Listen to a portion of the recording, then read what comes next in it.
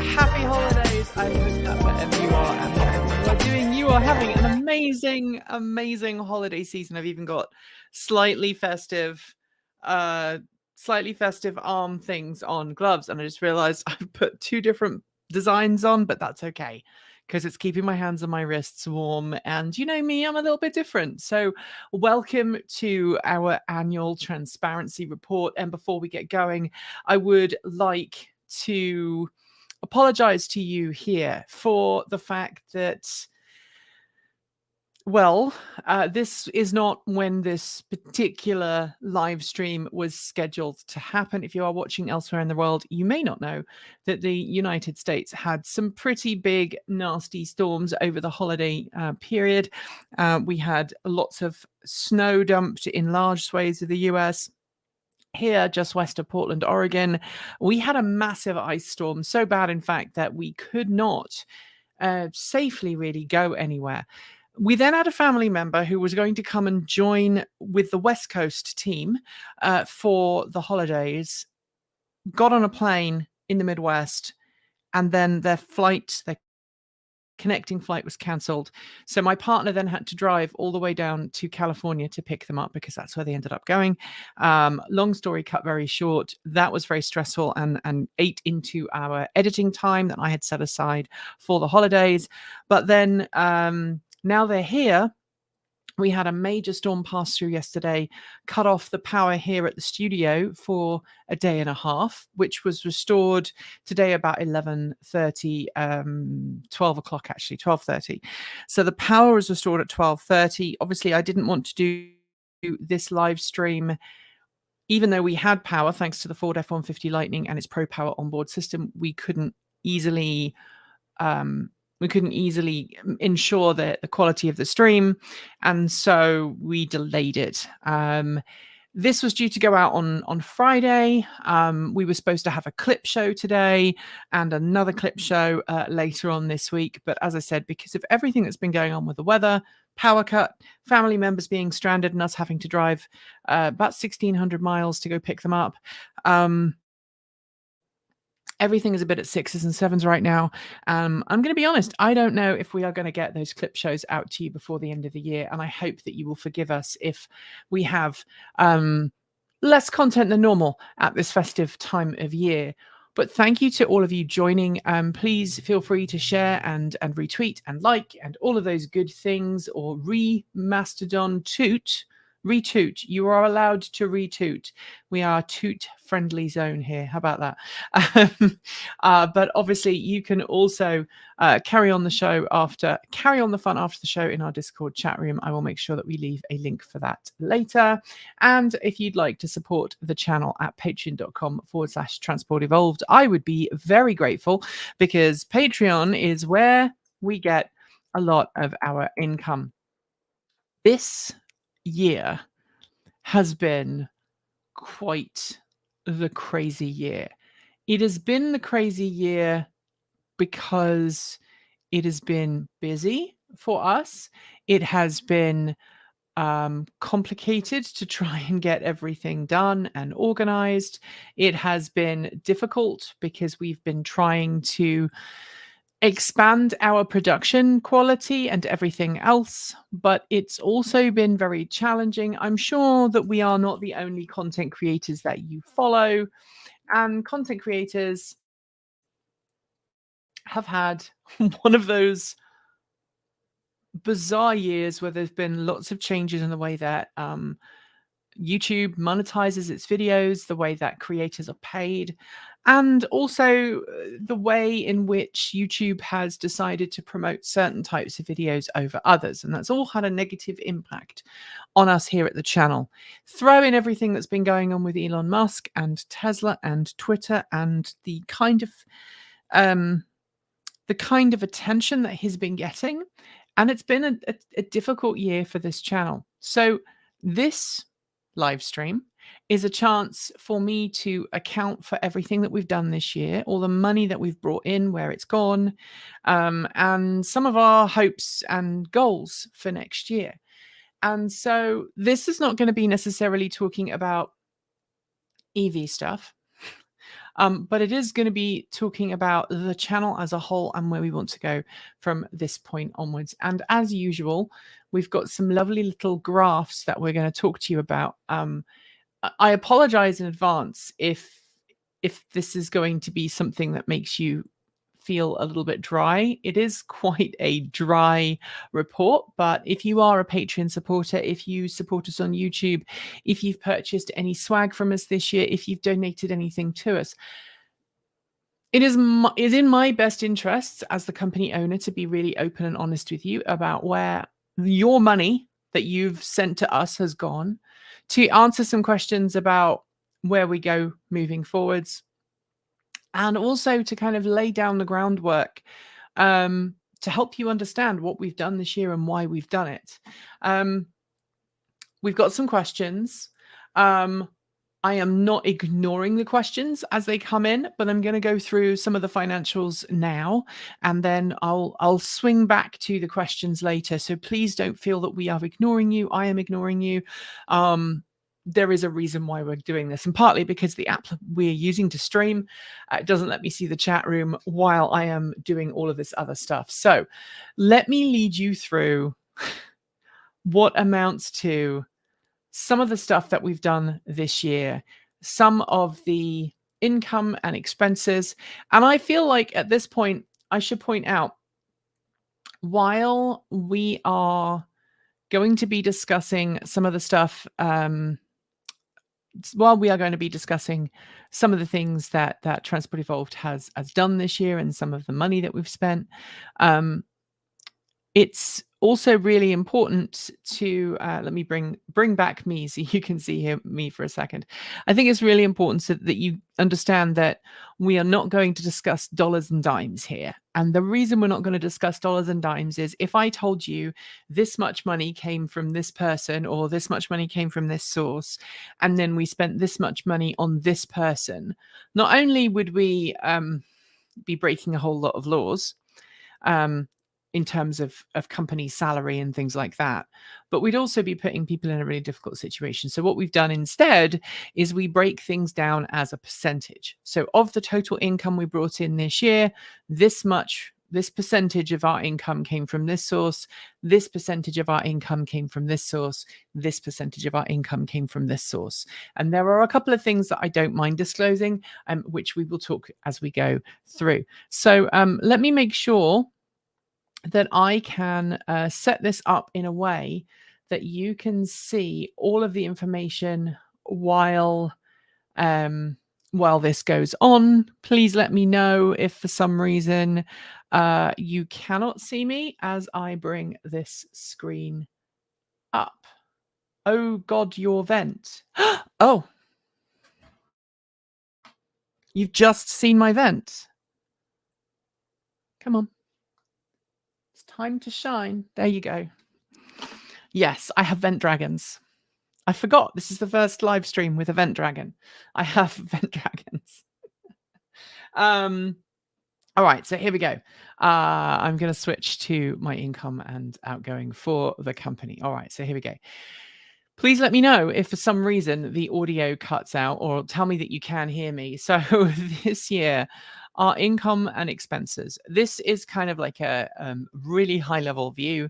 Our income for 2022 compared to 2021. So our income increased by 14% year on year. That means this year, Transport Evolved earned more money than it did last year, 14% more money. Unfortunately, our expenses also increased this year, increased by 28% year on year. And I think you can probably see where this is going. So if your income increases less than your expenses increase, that means your total profit decreases, unfortunately. And I guess this is a good place that we can turn to viewership. And one of our reasons for that difference in expenses versus income. Unfortunately, this year, because YouTube, our videos were not recommended as much as they've been recommended in the past by YouTube. And that meant that we had a 32% decrease in viewership We had fewer people watching than we had in previous years. We did increase our subscriber base by 3% compared to the previous year. However, we had a much lower subscription rate, so 71% lower subscription rate. And the subscription rate being how quickly people subscribe to the channel over the course of a year. So in 2020, we had a much higher subscription rate than in 2021, and then 2022 again. We've had a drop in subscription rate. And that could be down to a whole host of different things. Could be down to us as presenters. Maybe the way we present and the way we talk about things is no longer as popular as it used to be. But it's also that we are no longer showing up in a lot of searches. So when people look for content, they are no longer seeing us turn up in search as much as they did in 2020 and 2021. Now, there's more people making content about cleaner, greener, safer, and smarter vehicles, much more content being created about electric vehicles in general and Elon Musk and Tesla, because it's becoming more and more popular to own an EV, which is great news. You know, it's good to see more people buying EVs, but that also in the last 2 years has been a marked shift as big outlets, thinking like your big automotive car channels are making the switch to covering electric vehicles in a way that they weren't in 2020. And so we're seeing a lot of big car automotive YouTube channels, automotive publications, newspapers, magazines, websites. They're all switching to covering electric cars for the first time. And that has taken away a lot of our viewership because we are a niche, and no longer people are wanting that niche. They want to go to the companies and the organizations who they know, who they trust. And there's been a real challenge for us because these big names have been coming into the space and been getting a lot of attention, and often they're able to build on existing relationships with automakers. They're the ones who tend to get more likely be invited to events. So we are not getting as many invites to press launches as we did previously. We're not seeing as many press releases as we previously used to see, and we're not getting the early access the way that we used to. This year, we've reviewed more cars than we've ever done before, and that's fantastic. We've done lots of in-depth reviews of cars, and that's been great fun, and we've worked really hard, and I hope you've enjoyed what we've done with that. But at the end of the day, when Motor Trend and other big brands like them come along and say, we're going to start covering EVs, they are going to get first refusal because they've got a much bigger audience. They're going to gain a lot more eyeballs. And so the automakers also see that, you know, if they're going to spend money on flying a journalist somewhere and putting them up in a hotel and giving them access to a car for a day on a press launch, or if they're going to lend a car to a journalist, they're much more likely going to give it to a magazine that they've known for years, they trust, they know they're going to get 1 million views in a week, as opposed to a small channel like Transport Evolved, where because of YouTube changing the way it recommends videos and because of the drop in viewership this year, which I think someone said, you know, COVID, people are watching YouTube less, which is also true. Advertisers are no longer advertising with YouTube. And then there's a double-edged sword of that. Things like there are now alternatives to YouTube, right? So people are no longer using YouTube in the way they used to use YouTube. And so they're going elsewhere for long form videos. People are coming to YouTube for shorts and other very quick stuff. And YouTube has been promoting shorts because it wants to beat TikTok and Instagram. And all of that has not helped. And some of you are asking questions. Have you thought about putting more content in YouTube Shorts? We'll come to those in a second. Also collaborations with other car channels. Again, we'll come to those in a second. This is a great time to remind you if you want to support the channel. It's really easy to do. We currently have 1,341 subscribers, and you can help us reach our next milestone by going to patreon.com/transport evolved. If you join while we are doing our live stream, you will get a shout out here live on air on the live stream. I have just pulled up a separate window. We are $50 a month away from our next milestone. So if you would like us to get to that, you know what to go do. Head to patreon.com/transport evolved. All right. So that is everything explaining that first slide. Let's go to the next slide here, which is we've talked about our viewership. And unfortunately, as you can see, those viewership figures are not impressive this year. And like, I will take on advisement if you think that we are to blame because we are not producing the content that you want to see. Please tell us, if there's something you want us to change in the way we make content, let us know, because we want to make sure that we make content that everybody enjoys. All right, so this is our income for the year. As you may have remembered, we said our income went up by 14% this year, which I'm very proud of, especially as we're heading into an economic uncertain time. And so what we've done here is we've broken out some of our income for this year. So if you take all of the money that we've earned this year and we split it up and we categorize it into different groups, Patreon now accounts for 50% of all the money that we earn. So Stanislav, thank you very much for becoming a member on YouTube. Thank you so much. You rock. Yay! Well done. Thank you for becoming a YouTube member. See, I told you that I would be very happy when that happens. All right, so 50% of our income comes from Patreon. So if you go to patreon.com/transport evolved, that is all the people, whether they are paying through a monthly membership, whether they're paying through a yearly membership, whether it is $1 a month or whether it is $100 a month. It really doesn't matter. Those people are really combined with you guys and those of you who are joining, like Stanislav, who just joined on YouTube. You are the reason why we are able to do what we do today.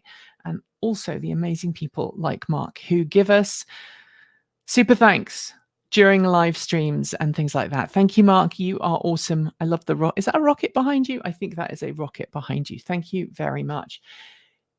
So combined, 50% of our income comes from Patreon and 22% comes from YouTube. That 22% includes things like if people have YouTube membership, that means they don't have to pay. They don't have ads. So the YouTube Prime or whatever it's called, YouTube Plus, the name, I can't forgotten the name of it right now, but those people help pay towards that. Also, if you are watching content on YouTube and you watch the ads and you interact with the ads, that also sends money our way. So that 22%, that again comes from you guys. On top of that, we have 11% comes from white label. And I feel like I need to explain this a little bit. So I'm going to actually get rid of that so you can see me while I talk this through, because I know that nobody really likes charts. So let's talk through this. So we produce content for another YouTube channel. There is a YouTube channel based in New Zealand. It is an energy company, and we produce content for them under a white label agreement. How that works is we produce content and then we rebrand it and sell it to them so that they can put it on their YouTube channel. We don't just take our video and let them re-upload it. We actually rebrand it. And I wish I could show you. I don't have the right streaming software open to show you the screenshots, but basically TEN has a counterpart which works for a this client in New Zealand, or Aotearoa, depending on how you want to pronounce it and how you want to refer to the country. I know that's been very contentious. I use Aotearoa because that's what I've been asked to use, and that's what I'm using. The company that we work with, they have a shorter version of our show. It doesn't include the shorts. And we also make some tweaks based on news items that are pertinent to an audience in that nation. And so we produce that and upload it. And we also produce some of our other shows and upload it with different intros and outros and sometimes little edits along the way. That helps us bring in some extra pennies. And that is why that white label content exists. Now, in the future, I would love to do white label content from other companies and in other countries as well. But right now, we've just got that one. Anonymous Freak, can this stream bump YouTube to 23%? Who knows? We can hope, right? I would love to see that bump up. Thank you very much, Anonymous Freak. You are very sweet. And I hope that you survive the ice storm here in Portland. I need to. So Anonymous Freak, for those who don't know, Anonymous Freak is the person who donated the iMac that sits in the studio behind us when we're doing our kind of sit-down vlogs. My studio, not Kate's studio. And it's been working for years, and it stopped working after the storm that passed through. And I think it just needs a RAM battery. So we'll hopefully figure that out. Hello, Stephen. Yes, Transport Evolved Ecotricity. Yep, that's the name of the company in Aotearoa that we are working with. New Zealand, Aotearoa, and they are lovely. Not to be confused with Ecotricity in the UK. They are two different companies. So there we go. Hey, where's the numbers? We're going to get to those. We're going to go back to those in a second. All right. So great question. So back to our little chart here. And just in case those of you who are watching want to know, as I explained at the beginning, if you're just joining us, the reason why we don't have dollars and dimes listed is because if I did, then people would be able to figure out exactly how much money each person gets paid. And that's not fair on them. It's not fair on the employees or anything else. So instead, I show you where the money comes from and where it goes. And in case you missed the very beginning, let's go back and revisit some of these. So our income increased by 14% this year. Unfortunately, our expenses increased by 28%. I think you can probably guess what that means at the end. So here is our total income, as we've already said. Patreon and YouTube, definitely the lion's share, and then that white label content for our friends in Aotearoa really helps make sure that we can pay the bills every month. Then 9% comes from sponsors, and I'm aware that this makes us very different to a lot of YouTube channels. So a lot of YouTube channels will bring in upwards of $5,000 to $10,000 a month just from sponsorships alone. I can tell you that we don't. Of the money that we've brought in this year, 9% has come from sponsors, but it's nowhere near the Patreon and the YouTube income. And if I tell you that our YouTube income has dropped this year, I think in the last couple of months it's dropped by about 50% in the last quarter compared to the previous quarter last year. Really, Patreon has helped, but the sponsor funds this year has increased, and sponsor funds includes everything like, if you remember, we did the Chicago Chesed Fund raffle this year. We were sponsored. We were paid to sponsor that raffle. We were paid by that organization to promote their raffle. That's a better way of putting it. The UGears, we work with UGears every year to promote their really amazing wooden mechanical models ahead of the holiday season. That is a sponsorship relationship. Also, so is Energy Sage. They're one of our longest, and we really love the guys at Energy Sage. We've been working with them for a long time now, and they are great. And again, that is some of the money that we earn from our work with them comes in to that little segment there. And I should point out, again, this is why I've switched back to just me on screen. We only work with companies that we trust and that we know when it comes to sponsorships. Our usual requirement is that we either have used the product before or we've gone through extreme vetting with them. So the Chicago Chesed Fund, we did a lot of vetting before we agreed to work with them. And We also obviously we normally say to a company who wants to sponsor us, hey, send us what you want us to talk about, and if we like it, then yeah, we'll talk about it. You can see I've got the UGears models behind me here. These guys have been awesome, and we've worked with them now for 2 years. So that's been really, really awesome to work with them. Energy Sage, I personally was a customer of theirs before we started a affiliate partnership with them. And every quarter I get a small but welcome check from those of you who have signed up using the Energy Sage link. And again, that is something that we have worked long and hard on making sure that that relationship stays a positive one for everybody. All right, then 4% from donations. So if you are somebody who sends us a check through the mail, and people do that, you just send us a check and go, hey, I really like what you do. Here's a donation to make sure you can keep paying the bills. That goes in there. Then we've got Ko-fi, which is if somebody sends us, $5 through Ko-fi. And then merch, 2% of our income this year came from merch. So that is sales that we've made online through a merch partner, as well as sales we made by working with folks selling at events. So Fully Charged Live is a good example. We were there, we were selling merch. That's where some of our money came from. I don't know if anyone has any questions on that. Now would be a great time if you want to ask us questions about our income, but that is essentially where all of our income went. And if there are no questions, which there doesn't appear to be, I'm going to go straight forwards into our expenses. So I should point out here, by the way, before we go any further, and I should have asked Erin to make this clear, and I didn't. This screen here, payroll and salary, that's everybody except me.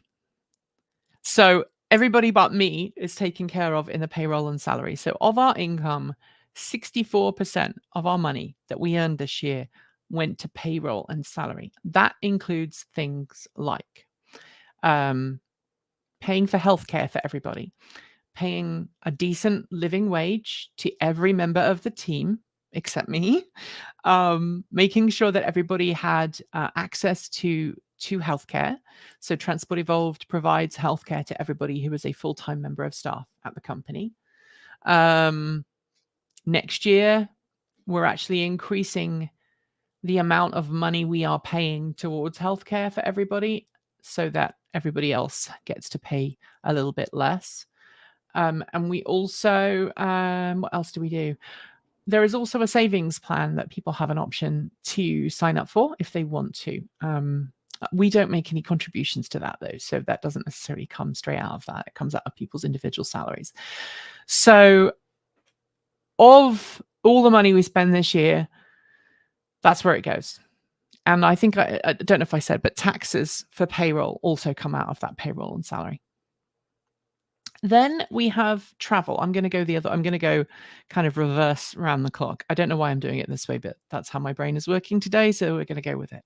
So 8% is travel. That includes things like we have to fly somewhere to an event and we've got a ticket that we've been sent, but that doesn't include our baggage. And that's a common challenge. So car companies will regularly pay for plane tickets for journalists to fly to a place, to drive a car, or cover an event.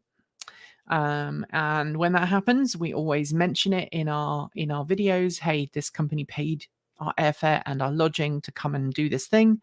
But they always buy basic tickets, which is fine, right? They always, I think with one exception in my time covering the industry, they nearly always give you either the cheapest ticket or the next cheapest ticket. And normally that doesn't include bag fees. Now, when we are at an event, we film. We have a Blackmagic Pocket Cinema camera 6K. In fact, we had 2 of them. behind you there, that is those two boxes there are two of our sets of audio recorders. These little guys. These little guys. In fact, one of these broke, and that's why we've got another one there, because the receiver broke and the company has just sent us a whole new one in warranty. They've just sent us a whole new set, which is why these are out. So our radio transmitter packs, they take up a lot of space. So we've got that, lenses, batteries, tripods, all those other things. And then we have to pay for bags, right? If I'm going for a couple of days, I need to take a change of clothes, ditto for anybody else who's coming. And that all adds up. So we pay those out of pocket. That also covers everything that we do. So also hotels. So when we did that long distance road trip down to California for Fully Charged Live, that came out of that little pot there, that 8% budget for travel. When we drove that car all the way to Colorado and back, that came out of that budget there. The next thing is software, and it's 7%. And I know that people are going to go, what? How could you spend so much money per year on software? And the answer is, honestly, it's Adobe. So of that 7% that goes to software, the majority of that money goes to Adobe. So we have an Adobe subscription for Premiere and for Photoshop and a couple of other things. And I've tried to cancel that like 4 times. And I'm hitting brick walls every time I try to cancel it. I'm going to try canceling it again in the new year, because there's only really one person now on staff who uses the suites with enough regularity for us to have a corporate subscription. And in order to keep everything above board, we have to have a corporate subscription, which is slightly more expensive than, say, a regular subscription or a student subscription, and we have to pay the subscription for that software. Other things, I don't know if you watched the Hummer video that we did, which went out, Christmas Day. We did a video of the Hummer, and at one point in the video, we switched to unedited audio straight from the camera on the Hummer, and you hear the difference between the audio there and the audio from one of these little chaps, which is our backup audio system. These are not very good, which is why we have these. Anyway, there is a program that we use called iZotope RX10 Audio Suite, and it gets upgraded every year, and we keep upgrading it because upgrading it is cheaper than waiting 5 years and then buying it from scratch. But upgrading that subscription every year costs money. Licensing things like virtual PC, so we can do not virtual PC Parallels, so that we can use Windows software when required, and we've had to do that before as well. When I accidentally deleted some footage, we had to use some Windows software to recover it from the SD cards on the GoPros. And these little SD cards here, this is a 32 gig one, but we have these little guys here. We have 512 gigabyte SD cards. We have like 6 of them for all of our GoPros. And I managed to delete 3 of them without realizing it on a very stressed day when we were filming the Volvo C30 review. So the fact that we got that C30 review out the door is a testament to this one guy who'd written this really obscure piece of software that we had to buy a copy of to find the missing footage, because all of the other open source utilities found the files but couldn't reconstruct them, because GoPro has a very special way of writing its files. It's a long and convoluted story, but we had to buy that software. So that money, software is kind of important at the channel, and so we do spend a lot of our money on just making sure that we have good software. All right, next, insurance. One of the reasons why our expenses have gone have grown so much this year is that last year we couldn't afford to buy our liability insurance in one go, and so we spread the cost throughout this year. And then this year, like a week ago, I purchased this year's insurance flat out in one go. So we actually paid for 2 lots of insurance this year, and that's before we cover things like the worldwide insurance for all of the gear that we have. I'm not going to discuss how much camera equipment we have. I think you probably know by now we have a lot of camera equipment. We have a lot of camera equipment. We have the servers. We have the edit machines, the laptops. When we travel around the world, your regular household insurance policy won't cover you for business expense, things you're taking on a business trip, right? As a part of your business, they have to be insured differently. And so all of our gear, even things like this, right? The speed wheel, which is what Michael uses to edit. I use one, but he absolutely needs his. And so we take one of these with us when we travel. All of that stuff has to be insured. And it only doesn't have to be insured just in the US, it has to be insured globally. So if we go to the UK for Fully Charged Live and someone steals our stuff, we're covered. We used to have a very particular insurance company through a very old, very well-known broker, Lloyd's of London. And it was the broadcaster's policy. It's the same policy that the BBC and all these other broadcasters use. And unfortunately, 2 years ago, they decided that they were going to stop insuring everything worldwide. They just stopped doing it. And we had this tough conversation with our broker.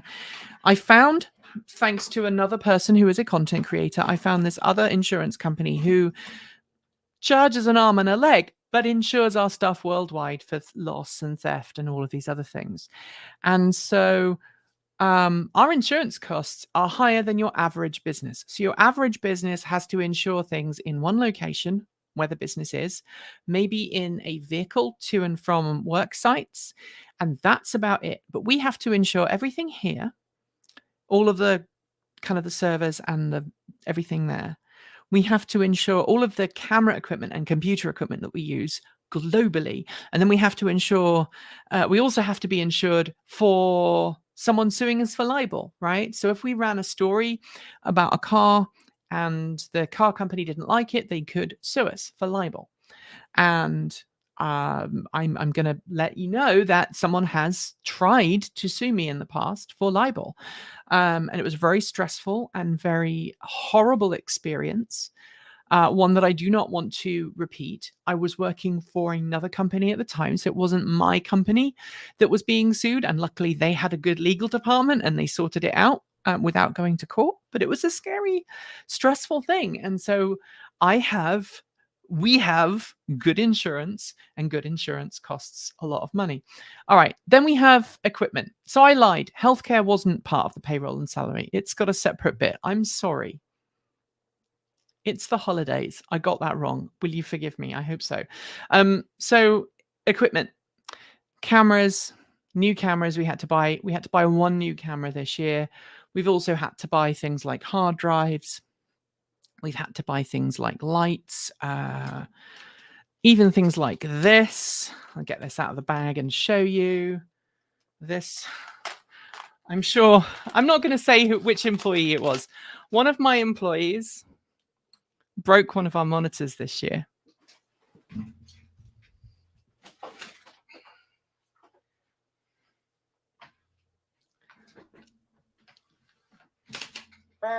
Excuse me. One of our employees broke this monitor this year. They knocked it basically, and they cracked it. Where is it? I think it's cracked here somewhere. And now it doesn't work anymore. And so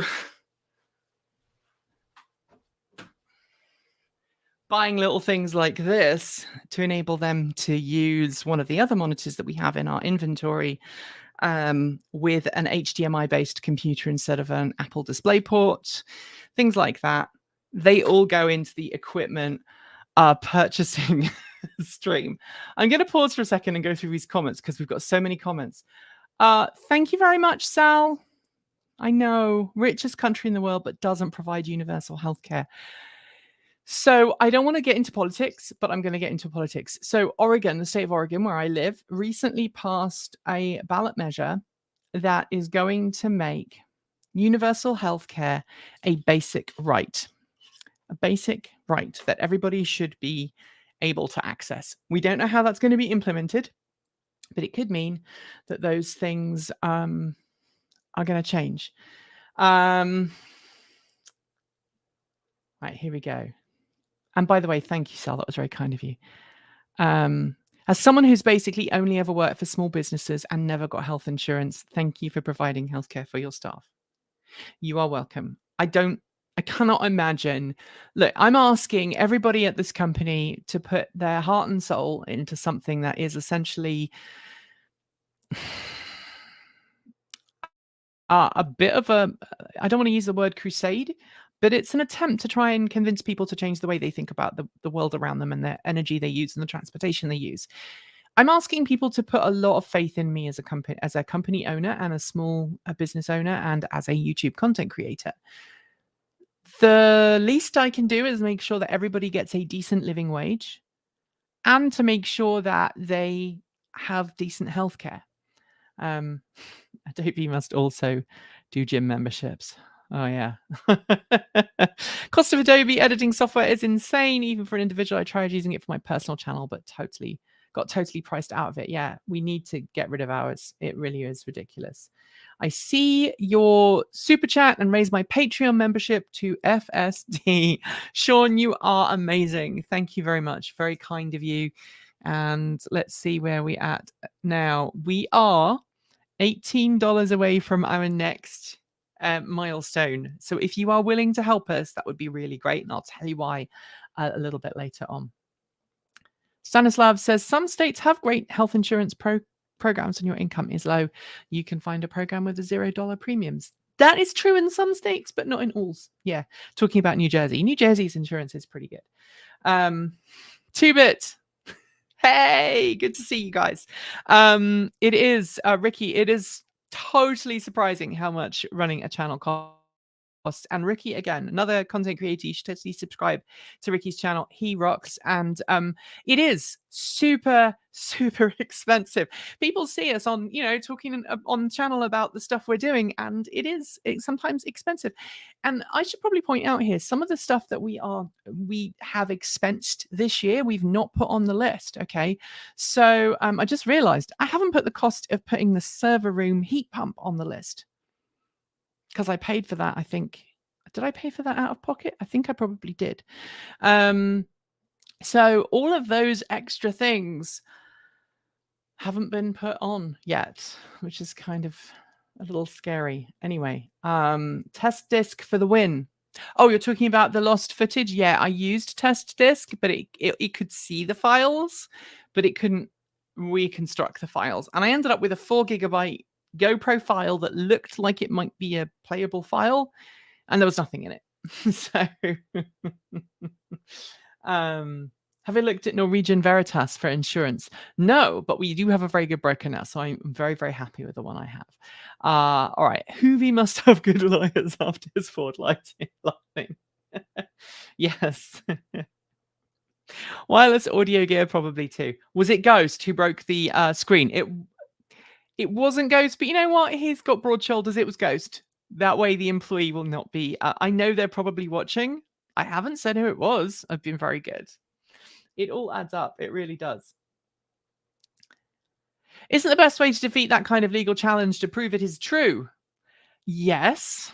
However, as a journalist, and we do consider ourselves journalists as well as content creators, that is a very stressful and long-winded process, and defending yourself in even in civil court is a very stressful experience. I mean, if you consider that, if I had to go and defend myself in court, I would basically not be able to make any content for as long as that took place. I might not know the laws. I might not know the ins and outs. So having an insurance to make sure that I have a fund that I know I can go to my insurance company and say, this person is trying to sue me for libel. They will cover my legal expenses up to a certain point. And that's a really good thing. It really is. Yeah, still very expensive in legal fees, whoever is right or wrong. Absolutely. I'm not going to talk about other stuff. So let's go back to the rest of our expenses. And if you are joining us, I know lots of people joining us, just bear in mind, we are not giving We're not giving dollars and dimes because that's not fair on everybody else. All right, so where were we at? We were at healthcare. So 3% of our income, of our expenses goes towards healthcare. Like I said, I do believe, yay, we just hit the milestone. Thank you to whoever that was. I wasn't paying attention. Somebody upped their membership. I think that was somebody who upped their membership. Thank you, JTPD3. No, JTPDX. JTPDX. You are very kind. Thank you very much for upping your Patreon. I guess you're from Portland. So, hey neighbor. Thanks very much.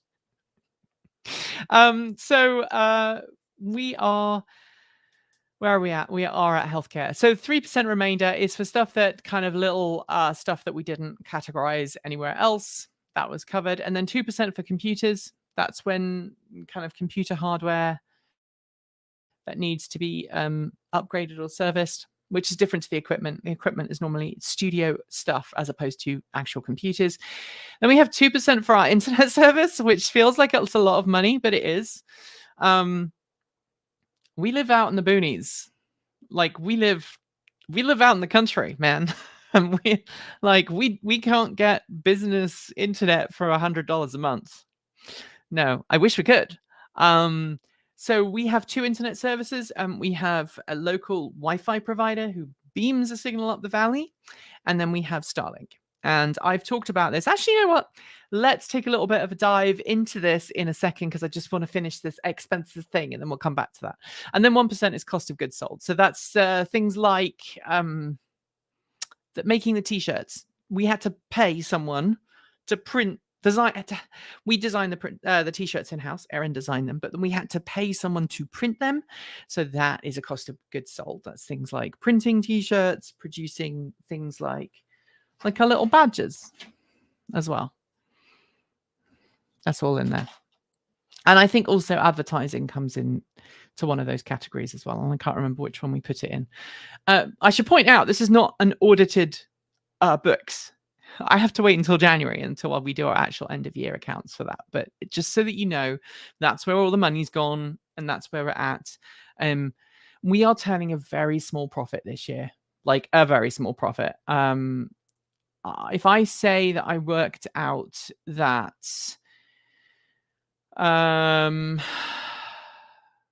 if I tell you that we probably paid I probably got paid about how do I put this? Well under 1/2 of the legal US minimum wage an hour. That's how much I pay myself per hour. So you can figure it out, but that's about as close as we're going to get. And that was my income this year. And I haven't paid myself. I didn't pay myself for most of the year. I think I paid myself for 5 months this year. And in order for me to pay myself, our current Patreon membership needs to rise by about 50 to 80%. Or we need to change our income and start doing other stuff, which is one of the reasons why we're doing our consulting services. So let me talk about that in a second. All right. So happy holidays, says Robert. Thank you very much. Happy holidays to you too. It's good to see you here. Thank you very much. Very kind of you. And also another 5 that should have went to Ricky today. 5 missed his live stream. Hey, you can't do that. You've got to send Ricky 5. You can't give me 10 and ask me to pass it on. Next time I see you, Ricky. All right, Casey Foxy, thank you very much from an incognito Patreon supporter. You are very kind and wonderful. Thank you so much. I think I probably know who you are, though. So there you go. Trying hard, YouTube, deny payment. Living, building, hangar, underground, Pipistrel, Alpha, Electro, all were blocked by YouTube. I'm afraid I don't understand that comment, but thank you for supporting the channel. I know you are a supporter, Robert. Thank you very much. So this year we have kept our computer costs low, but it's meant some really horrible things. And I know I said I was going to talk about something in a second, so I haven't forgotten. I know I can sometimes be a little bit, the internet service, we'll come back to that in a second. I know I can sometimes be a little bit, oh, squirrel. So please bear with me. All right, so we're going to go through these in an order. Let's start with the internet. Okay, so we live out in the boonies. Transport Evolved used to have a studio in downtown Portland, and then we moved out to Hillsboro, and we had an industrial space in Hillsboro. We had a really high ceiling filming area with a really nice painted green screen. We had shelving units for all of our gear. And at that time, we just purchased this house. My teenage daughter was still living at home, and the room that is now our filming room was actually my craft room and kind of a guest bedroom. And then COVID happened, and I decided as a business owner, it was more important to be able to pay my staff than it was for me to have a fancy studio in downtown Portland or downtown Hillsboro. So we ended our lease and we moved everything here. And that put this house and the infrastructure in this house under a massive strain. So our electricity bill almost doubled overnight. We also had to fit in extra internet. So when we bought this house, we decided that the Wi-Fi down the valley was fine. It was 20 megabits per second. It was very expensive, but we decided that it was still worthwhile because we were doing other things as well. But then with my daughter at home and everything else, it just wasn't working. And Starlink came along, and we signed up for Starlink, and it was really fast. It allowed me to download B-roll and assets really quickly. But unfortunately, YouTube has not been particularly YouTube has not been particularly Starlink has not been particularly reliable because we have high trees, and therefore we lose satellite signals a lot of the time. And with Elon Musk being Elon Musk of late, and some of the stuff he's said, and some of the comments he's made about people, so people in my community, how about that? Some of his comments have not been very good, and I haven't really wanted personally to give money to Elon Musk. And so a couple of weeks ago, we said, we're done. We're not going to have Starlink anymore. We're just going to have to grin and bear it. My daughter has moved out. She moved out a couple of years ago. So our internet strain is much less. Now it's just me and my partner. We thought we could survive without Starlink, but then over the holidays, we realized we couldn't because our local ISP, they don't have a good power backup system or a good redundancy system. Thank you to whoever just signed up on Patreon, by the way. Thank you guys. We are now over our goal. Good job. Because of our local ISP not being very reliable, it's fine if the weather's good, but as soon as we get heavy rain, heavy wind, power cuts, that connection drops. And we are running a business from here, so we need to have regular, reliable internet. And so we're going to keep Starlink as much as I do not want to. But yes. Cody, thank you very much for joining. Yay, new YouTube member. Good job, Cody. Cody Evans Computer. I'm going to have to look at your channel. And also thank you very much to Charles for your super chat. Thank you very much. Ricky says, are you doing a load balancing approach so you can bond Starlink and your ISP together? No, but what we're doing is almost as cool. We have got, do I want to talk about this? Yeah, sure. We have a Ubiquiti setup at our house. We have a Dream Machine Pro that handles our security because we've got cameras for the house because we're out in the middle of nowhere. And we've also got two WAN ports. It supports two WANs, and the latest version of that software allows me to packet shape and push different packets in different directions. So we don't have a bonding setup because Starlink drops the connections regularly enough that it would just cause lots of drops packets. So what we're now doing is Transport Evolved is using the slower connection for uploads. We use the Starlink for downloads for Transport Evolved and for my personal stuff. And that way, we're balancing the load. So everything, like if we're doing a team chat on Zoom or something like that, it goes over the super reliable connection that does sometimes drop out, but it's less likely to drop out than Starlink. Does that make sense? I think that's how it works. Do I like the knit gloves? I do like these. So I have I don't again. I've done the show and tell, so now I'm happy to talk about this. I have a rare heart condition. It's an electrical problem rather than a plumbing problem, is probably the best way of putting it. It's an electrical problem. That means that my heart does not beat as regularly as it ought, and sometimes it can run away, a bit like getting your throttle stuck on a gas car, and it just runs on. Unfortunately, if your heart doesn't pace itself properly and your heart runs too fast, it can cause your heart to get into a position where one of the chambers in your heart repolarizes out of order with the others, and that causes you to have a cardiac arrest, which is not a heart attack. Heart attacks are caused when you have a blockage in your valves or a blockage in your arteries. But a cardiac arrest is an electrical problem. It's basically when your heart spasms. And so to reduce the risk of me having that happen, I am on medication that slows my heart down quite considerably. It's kind of fun when I'm working out because it means my heart cannot really go above about 120, 130 beats per minute. I cannot go faster than that. So it makes, for me, losing weight and working out is even harder than it would be for most people my age. But the long story cut short is in winter, it means I have very poor circulation. And so I get very cold hands. And so people send me these for Christmas. So these came from the UK from my mum. She got them from Marks and Spencer. Happy holidays. Glad the ice storm has passed. I'm very glad the ice storm has passed as well. It was quite nasty, let's put it like this, especially when my partner had to drive all the way down to California. Thank you very much, Kent. Thank you very much. You're very kind. I do appreciate it. Keeping it at 120 beat per minute with a teenager. Wow. Well, my teenager isn't. Both my teenagers have moved out, so they're not teenagers anymore. My eldest is 20. 21, 20. I think my eldest is 20. My youngest is still a teenager. She's 19. But my eldest is 20 and living in the UK now. So I just have to. I'm lucky. I'm in my early 40s and I don't have people. So I have a coffee. It's nearly as good.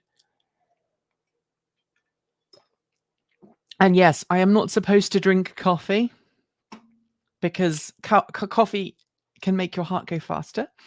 My cardiologist and I have an understanding about that because I don't have any other kind of, like, I don't take anything else that would make my heart rate go fast. So he and I have an understanding about that. But there are a couple of things. There are a couple of things that really do kind of that really do kind of bug me about having this condition. And the first one is I cannot go swimming, like, ever. And I really like swimming. I taught myself to swim at the age of 22, 23. For obvious reasons, I didn't like swimming as a child. So I didn't. I always kind of managed to get out of swimming. But I taught myself to swim in my 20s. And Kate Walton Elliott and I used to go swimming when we lived in Bristol at a local baths. We used to meet up in the morning and go swimming. And for a while, she put me and my wife up when we moved and we didn't have a house. She put me up and my wife up. And so she and I used to go swimming in the morning, and it was great. And I love swimming. But since I've been diagnosed, it is too dangerous for me to go swimming. It's like one of the things that you're totally not supposed to have if you have this condition. I'm also not allowed to go out riding on my own, like on a bicycle. So I can go on a bicycle, I can go riding on a bicycle, but I have to be with a friend. And at home, I'm not supposed to work out on my own. I sometimes do. If my partner's just nipped out with the dogs, I will be on an exercise bike. But this is one of the reasons why I now use Peloton all the time, because I can exercise at home and I am safe. And that means, obviously, if anything was to happen, I can use I have an external defibrillator. I do not have one in here. They threaten me with one on a regular basis, which is one of the reasons why I don't drink as much coffee as I would like and why I don't swim anymore. New channel. Planning to start posting next year week. Great, Cody. I cannot wait. Really looking forward to it. Tom says, wishing you and the team a happy and prosperous new year. The same to you, Tom. Thank you for supporting the channel this year. Robert says, I am not sure what happened in your life lately, but you look way better, less tired, and more positive. Whoever is responsible for it, more power to them. All right, let's just go there. I had a medical scare in August that was a slap in the face, to the point that I had no alternative but to change the way I was living quite dramatically. I was very overweight. I was very unhappy. I still am. I battle depression. I'm being very honest now. We finished with the money stuff. I battle depression on a daily basis, to the point that I have considered quitting Transport Evolved. I still do on a regular basis, going, I just cannot deal with the stress of doing this anymore. I'm also an introvert, so being on camera is really stressful for me. So I changed what I was eating. I ate less. I haven't changed what I was eating. I was changing my portions and also exercising all the time. Is Portland the coast? No, Portland is like Portland is like 80 miles from the coast. I'm 70 miles from the coast nearly, and I'm a lot closer to the coast than Portland.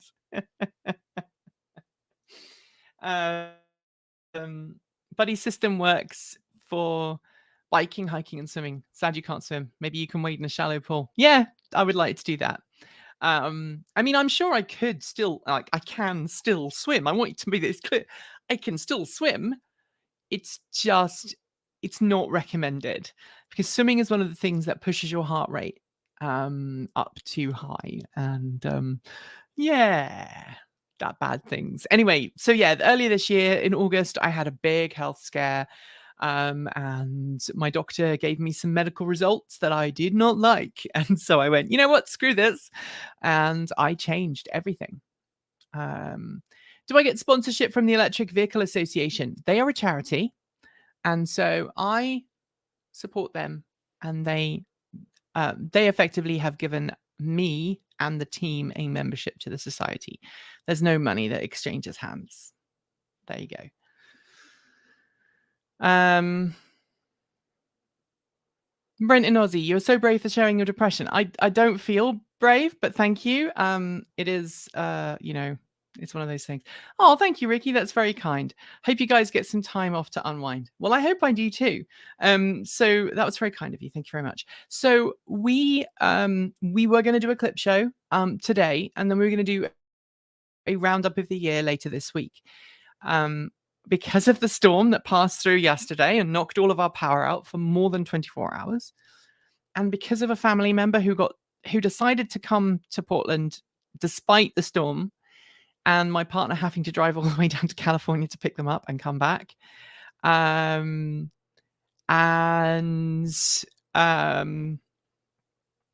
for them, we've just found out they're going to be staying longer. They were due to go back this morning, and they are affected by the Southwest cancellations. Is that a good way of putting it? And so they're going to be here now until New Year's Eve.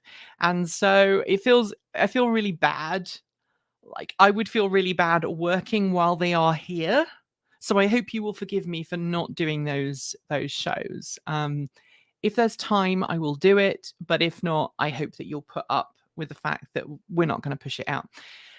I do want to talk about some of the things we're going to do next year, though.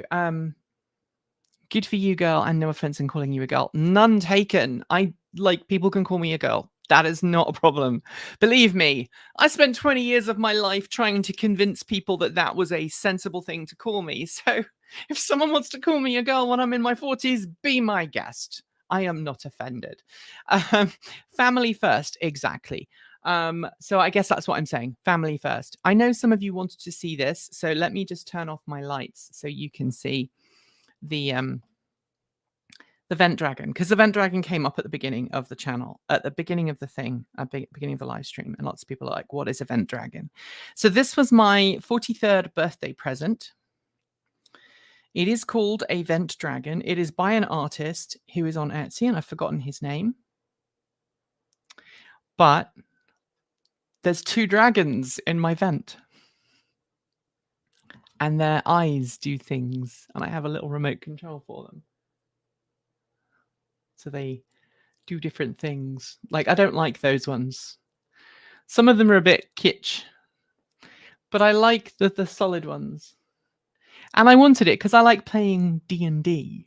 So I wanted to have dragons in my vent. Because we got rid of we used to have, all of our house used to have those. That was the way that we did our, that was the way that we had our heating. We had vents. In fact, there's one hiding down there that you probably can't see. There you go, right in the corner. And it was a resistive heating. This year, we installed the heat pumps, which are misbehaving, and were responsible for an $800 a month electricity bill. We're working with the company that installed those to figure out why our electricity bill went from a not too bad amount to over $800 in a month. And it's because something's gone wrong with that thing there. And I'm pointing at the wrong one there. Something went wrong with that. This is reversed, not that. Obviously, that would be different. It doesn't breathe fire. Yes, dragons, 3D prints. And yes, I also do 3D prints. So we are doing a video right now on 3D printing. We're preparing one. And so I'm making a video about things you can 3D print. So we just printed that. This is my build plate that hasn't been cleaned off yet from the last 3D print I made, which is a foot pedal, a pedal rest. And then over here, we have these grill blocks, which are made by, oh goodness, Dala, the guy in Finland with a Nissan Leaf. This is 2 of a 4 vent clips, so you can get a more aerodynamic driving experience in your Nissan Leaf. I need to print the rest off, and then I'm going to give those to someone I know who has a Leaf. Yeah, that does seem ridiculous. I did nearly have a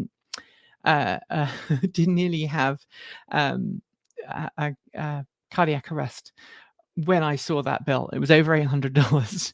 It was. So I don't know why. We've already started talking to them. We had a well pump quit at the same time, and we thought it was the well pump, and turns out it wasn't the well pump because the bill is still pretty high. But we are working on trying to figure out what that is. They're going to put a meter on those to try and figure out. I think I already know. I've done some Googling online, and lots of people who have the same model heat pumps that we do are all complaining. So there's something clearly wrong with them. The other thing is they don't turn off.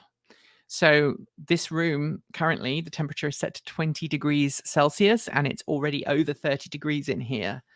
So they don't, I have a span panel. I thought you can monitor all of those. We do have a span panel, but do you really want me to go down this road? So we are working with Span and Ford, Sunrun, Delta, whoever they are, on installing the Ford home integration system and a Span panel. Now, Sunrun are blaming Span panel for some issues that we're having with our system, and Span panel are going, it's nothing to do with us, because I don't think it is. I don't think Span's to blame. But the Sunrun system is not allowing us to pull anywhere near 10 kilowatts out of our F-150 Lightning. And in fact, we are suffering some issues with our home run system. And you know what? You can go bye. All right, block user. I just blocked someone. If you're watching and you're no longer able to make comments, I'm just blocking you because you misgendered me, and then you started laying into me about Tesla. Not interested, mate. Bye. uh, check out total immersion swimming techniques, variation of front crawl that minimizes power stroke and fluid dynamic resistance. I would love to do that, but my cardiologist has said no. And at the end of the day, I live in a country that does not have free healthcare. So if I do end up, so I would love to do that under supervision. I would love to do that because I love swimming. At the same time, I don't want to go swimming, have a cardiac arrest, and then end up having a very expensive and painful surgery. So the reason I don't have a defibrillator in my chest right now is because I have never had a cardiac arrest. I don't know if that sounds weird. So about 10 to 15 years ago, if I had been diagnosed 10 to 15 years ago, the reaction from the cardiology teams would have been, right, open her up, put 2 probes into her heart, and give her an implanted defibrillator. And that would have been the thing, right? That would have been the standard thing. And then effectively they were kind of doing it for protection, right? So you have this really rare heart condition. It's called long QT, by the way. You can look it up. I have long QT. They could have gone, you have long QT. We are going to give you a defibrillator to make sure that if you get into a situation where you have a cardiac arrest, your defibrillator will shock your heart rhythm back to normal and you don't die, which is nice. But having a defibrillator installed is a long and complicated procedure because they have to open up a cavity in your chest. They have to put wires into your blood vessels and into 2 chambers in your heart. And in terms of recovery, you're not able to lift your arms above your head for about 6 months. You're not able to lift anything. You're not able to drive for a long time. And it's very, very, very complicated. And it carries a lot of risk. So 2 of my family members have implanted devices right now. All of us, certainly on my mum's side of the family, we all have it. We all have this condition. 2 of my family have an implanted device. One had an ICD one had an ICD / pacemaker. The other one has a pacemaker at the moment, and they may put an ICD in, I don't know, at some point. But I've never had a cardiac arrest, touch wood.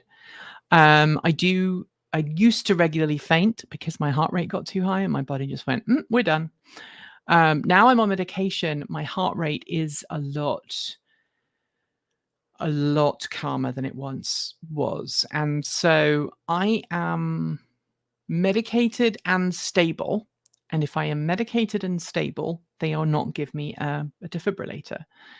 If at some point in the future I become unstable and I have a cardiac arrest, that'll be the first thing. I'll probably literally people who have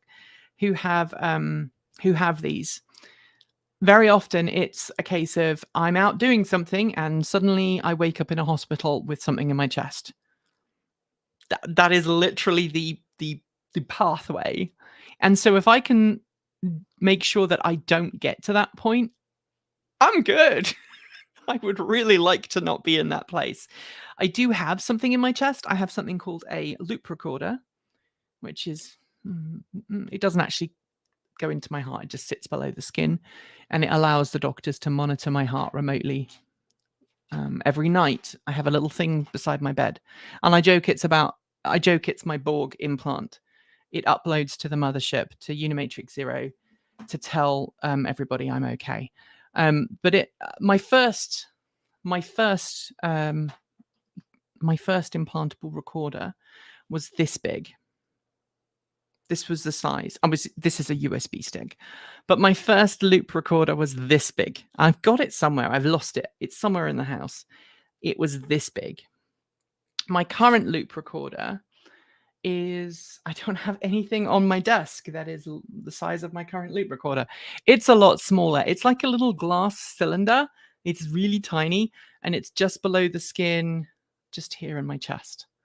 And sometimes at night I'll lay on it and it feels weird. So Yeah, that's the reason I can't swim. And we really went off subject there. I did like the smile you made for such a serious subject. Well, look, my entire family, apart from me, have had cancer. I lost 2 of my family members to cancer. So I have to go and have a scan every year. Every year, in fact, twice a year, I have to have scans for cancer.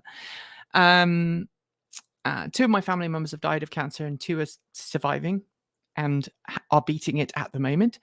And everybody except my dad have got this heart condition. And again, it's just one of those things.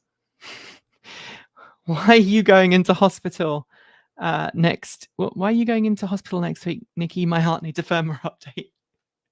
So, oh gosh. So I've just ordered a Flipper Zero, which is that little pen testing tool, because I want to hack the world. And one of the things I want to see is if the pen test tool in the Flipper Zero allows me to read the information from my little heart monitor. I can't stop it from working, and it won't, obviously, it's not connected to my heart, so I can't do anything wrong with it. And it's just about to run out. They've told me that the battery's got like a year left. When the battery runs out, they're just not going to bother putting another one in, because now they've given me the diagnosis. I don't need this anymore. But yeah, I I joke about that on a regular basis. Thank you very much, Lynn. Thank you very much. Very kind. Here's making 2023 an awesome channel. It might be a hacking risk. It genuinely, there are issues about medical devices and hacking risks. Let's just leave it at that. The other thing that's really cool is I don't have an inductive charge. I don't have an inductive stove at my house, because if I ever do end up having to have this upgraded to an actual defibrillator, I wouldn't be able to use an inductive hob, because it would be too dangerous for me. Right. So plans for next year. Just I went way off script here, and I apologize for that. So, plan for next year. If we go back to where is it? We go back to this one. You'll see that our income has dropped a lot this year. While our income has increased by 14% year on year, which is good, our expenses have increased by 28%. So, unfortunately, that means that one of these things has got to change. Either we've got to increase our Patreon support, increase our YouTube support, and YouTube has been falling dramatically this past year, or increase some of our other forms of income. And if I tell you my goal, thank you to whoever's just signed up or increased their Patreon membership. You are awesome. My goal is to, make sure that this 64% here, if I can make this 64% paid off just Patreon, so there you go, I need a 16% increase in Patreon support. That would make me very happy, because then everything else would be very easy for us to do. Right now, I haven't paid myself in December. I think I paid myself a little bit in November. I'll have to look back in the books. But I didn't pay myself until July this year, August. So I paid myself for like half of the year. And that's resulted in me having a much lower salary this year than I was last year. In fact, I paid myself a third of what I paid myself last year. And I wasn't minimum wage last year. So you can see where we are there. So the link to Patreon is really easy. Let me get that up now. I'm going to put it on. So Patreon, where is it? It's Patreon. There you go.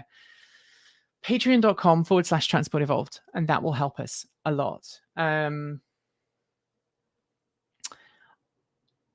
All right. I need a bigger shovel. Powerwall. People were asking about Powerwall. I would love to talk about Powerwall and the F-150 Lightning and all of that in a second, but let's just keep it on track and talking about what we want to do next year first, and then I'll talk about that afterwards. And like I say, I would like our Patreon membership to increase by about 16%. Right now, it's not quite enough to cover payroll. And if it was enough to cover payroll, then I would actually be able to start paying myself more regularly. And we also have some big ticket items this year that we need to spend money on. So that Hummer video that we just did, I think it took a day to export and render that so that we could then upload it to YouTube. So rendering, exporting, and uploading took a day. Because our computers are old. My edit machine here is a 2017 iMac Pro. It's really starting to show its teeth, its age even, and it's long in the tooth, and it is starting to misbehave. If you follow me on Mastodon, you will see that it misbehaves on a regular basis, and I get very frustrated with it. I need to upgrade to a more powerful Mac for editing, and Michael is the same thing. So Michael, some of the fancy effects that Michael is doing for our videos, he's doing blind. In so much as he cannot see in real time the effects that he's applying, he just has to hope and pray that it looks good. So he needs an edit machine as well. So combined, those two edit machines are very difficult to budget for. We're going to need to upgrade those this year. We're going to have to upgrade our server this year. Our 45 drive server that we got about 5 years ago now is doing really well, but it's running out of hard drive space. And we are running out of hard drive bays. It's currently 300 and some TB, which is a fair amount. But we're going to need to upgrade that this year. And I also want to get a tape backup because we don't have one. So those are all big ticket items that we need to buy this year. And I have no idea how we're going to be able to afford it, but we'll figure it out. The other thing I want us to do this year is to do more in-depth, long-form videos because that's what we all feel comfortable doing. It is clear that Transport Evolved is changing and we can't compete with some excellent channels out there doing, very quick turnaround news stuff because we don't have the team size. There's only 3 of us full-time and Kate Walton-Elliott is part-time. Talking about Kate, she also wants to go full-time with us, but we can't afford her yet. So again, we need to increase our income this year so that I can give her a full-time job. And that means we'll be able to make more content. You'll see more Kate on camera and we'll get more of the in-depth stuff that Kate is really good at. I have never been diagnosed, but my brain struggles to focus on things. Let's leave it at that, shall we? And sometimes the big in-depth videos where there needs to be a lot of going through paperwork, if somebody sat there and talked me through them, I would be there and I would absorb all the information and be able to regurgitate it and I'd be happy. But I am definitely a doer rather than a reader. Although I used to be a reader. Something changed in my brain when I was like in my late teens, early 20s. Kate needs to do a few videos of what she does for work.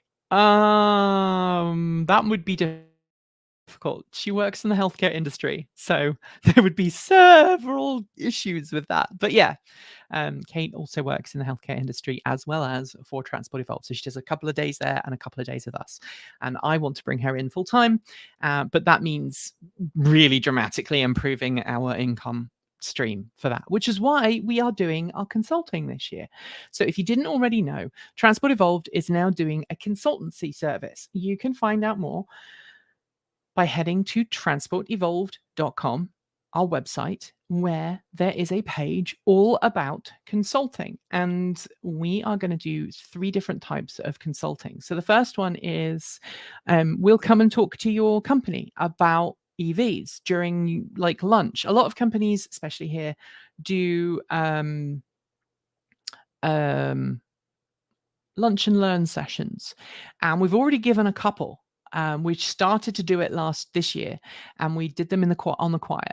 And we basically go in at lunchtime. You go, "Hi, I'm Nikki," and Kate says, "Hi, I'm Kate." If we did it the other way around, it would be weird. And we talk about EVs and buying an EV and basics for EV 101, and we give like a real-time presentation. Then we have a Q&A afterwards. Sometimes we'll show off our electric vehicles after that. That is something that we are now offering. And if you run a company or you are part of a company in the Portland area, that is a video service, or not a video service, a presentation service that we offer. So you can go to our website, sign up, and we will negotiate a price and come out and give a presentation on electric vehicles.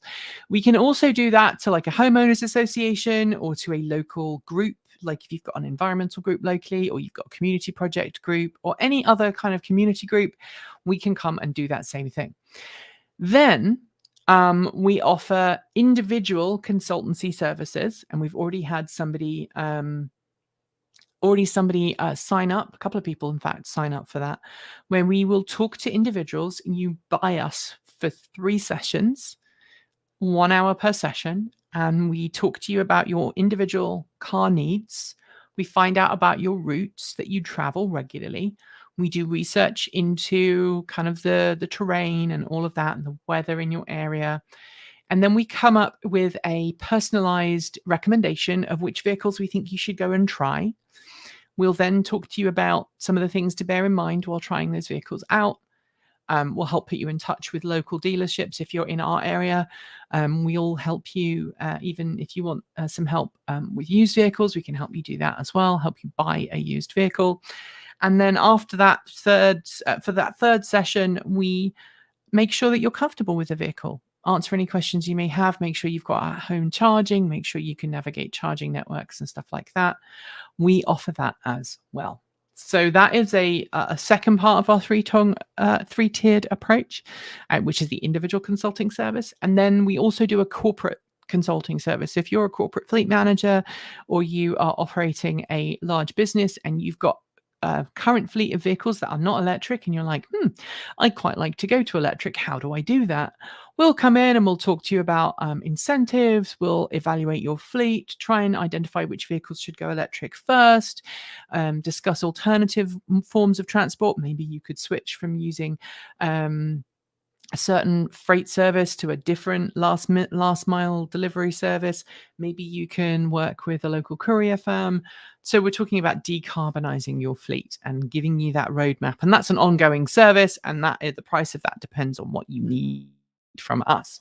So those, are the 3 things that we're going to start offering under the Transport Evolve consultancy banner next year. They're primarily going to be Kate's baby. But I will be involved. I will probably be at most of the talks and things. I think so far I've been at all but one of the presentations we've given. Sorry, I needed a drink. I realized that was a very long and uncomfortable drink. But hey, patreon.com, just in case you've forgotten, patreon.com/transport evolved. Thank you to everybody who signed up. Somebody's been sending us messages on the Patreon as well. So I just want to say thank you very much to everybody who is amazing and supports the channel and keeps us going. Mother Nikki. I think. Am I going to make another video visit to Arcimoto? I hope so. I'd love to go and see them when they've got things. I don't know. I don't know whether we're going to be able to or not. I know there's been some changes since Mark has done. Do tell if you need any video made here in Denmark. Definitely, Stefan. Something I'd like to do more of this year is to do more community stuff. And, my long-term goal is to try and set up a charity to help people learn how to work in the EV industry. I think there's lots of people who are in disenfranchised and under supported communities who really could become engineers in the EV world if only they had the support and the training, and we'd love to help set up a charity to do that. That's kind of my long-term goal. If I can do that before I retire, I would love to do that. Any plans to Vancouver, BC for the next Fully Charged Live? Yes, we are hoping to go. Again, we've been invited to Fully Charged Live UK, and I've had to, at this time, say I'm sorry, I don't know if we can come. Flying from here to the UK, for the entire team, we'd be talking about $5,000 to $6,000 in terms of tickets. Once you've taken into account any gear that we would have to bring with us. And that's a lot of money that we don't have right now. I don't have that money sitting in a bank account somewhere.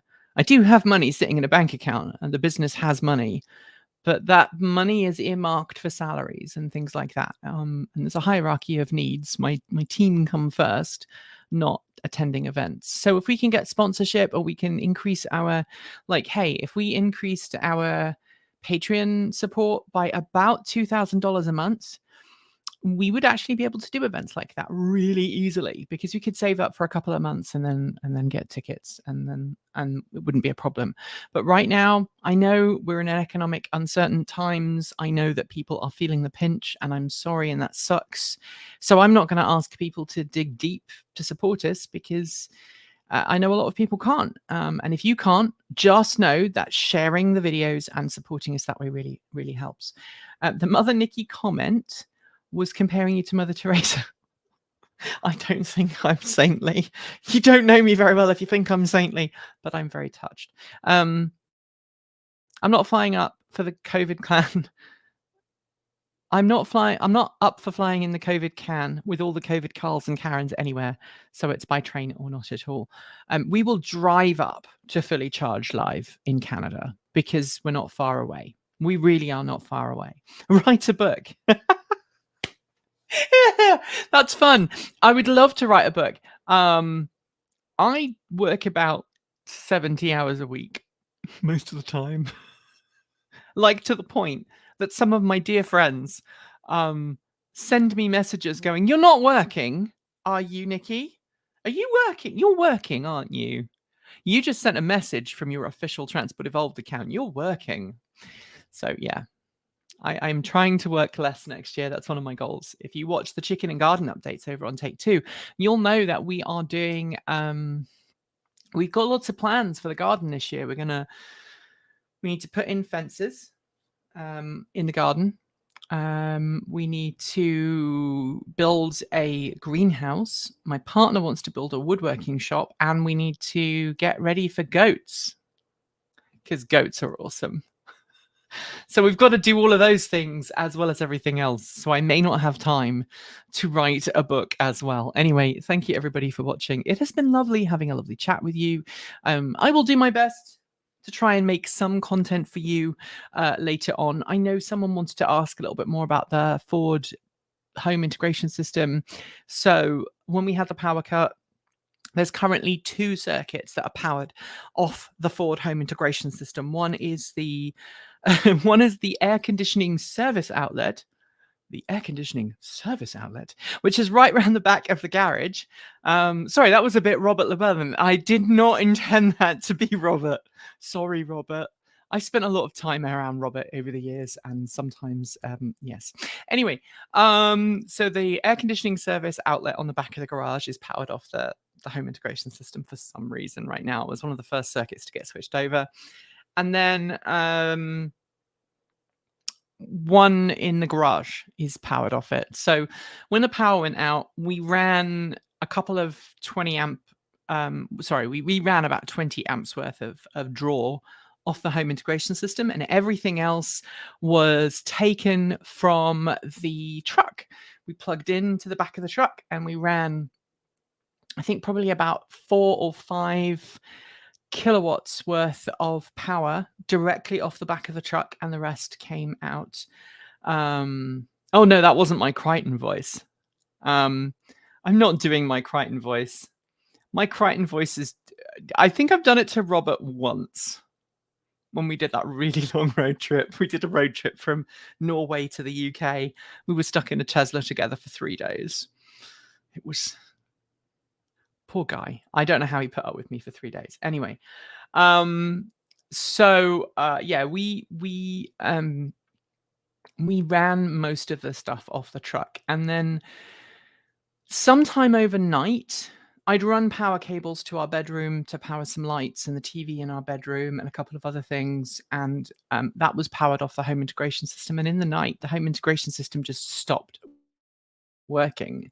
So we lost power in our bedroom. And when I came down this morning and tried to get it running again, it was just like, no, I can't see the charging station. The charging station doesn't exist. What are you talking about? Shut up. Let me charge. And then I ended up plugging it into the front. And at that point, the whole house was powered off the front of the house. The home integration system just died. Like the dark start battery just died. I unplugged it because it was erroring out and went to plug it back in again, and all of the lights went off. I've sent an email to Sunrun. I hope they will sort it out. The system is not fully installed yet. Span is not fully installed yet because Sunrun doesn't want Span installed until they've checked that the Sunrun system is working. And Span are like, this has nothing to do with us, but we want to help. So there's going to be a big meeting at some point. That's why it's taking us so long to cover this. I'm kind of frustrated. I'm not going to lie, but it's not the electrician's fault. It's not Sunrun's fault, and it's not Span's fault. This is kind of a bleeding edge, and the knife is very sharp. It's better to laugh about it than get angry, right? I mean, that's the best way to get through the world. Yeah, so that's everything. That's where we want to earn money from next year, how we want to grow. There's a potential for us to do a couple of trips, potentially India again, potentially Israel, maybe. I don't know how I feel about that at the moment. But yeah, lots of cool stuff happening this year, and we're going to try and drive to as many events as we possibly can. We probably won't do Fully Charged Live Vancouver and the one in San Diego. We may do them both, but they're so close. Again, if we're earning lots of money from other revenue streams, we can afford to take time off. But going to Fully Charge going to Fully Charge Live cost us about $4,500 all in. By the time we paid for, everything we needed to pay for, and the travel and everything else. Is there any way for local people to give you a hand to help out with anything? Spread the word. We may do a meetup this year. We've been thinking about it. We may do a meetup like in Portland, like an informal meetup. But honestly, spread the word that we are doing our consultancy services, and that will really help. And if you're watching and you have an idea for a sponsor you think we would work with, that would be great. We don't work with many sponsors because you have the editorial remit of we will not review something we have a relationship with, a business relationship with, right? Unless it's a special case. Like if it's a sponsor that we've worked with and we were customers first, that's different.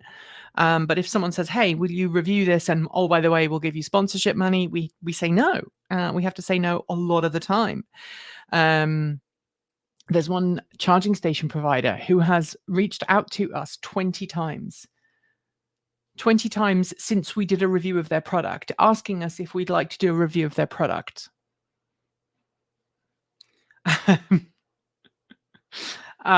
So that's one of the things. Oh, hello, neighbor. You're in Hillsborough. Well, you probably have seen the truck wandering around.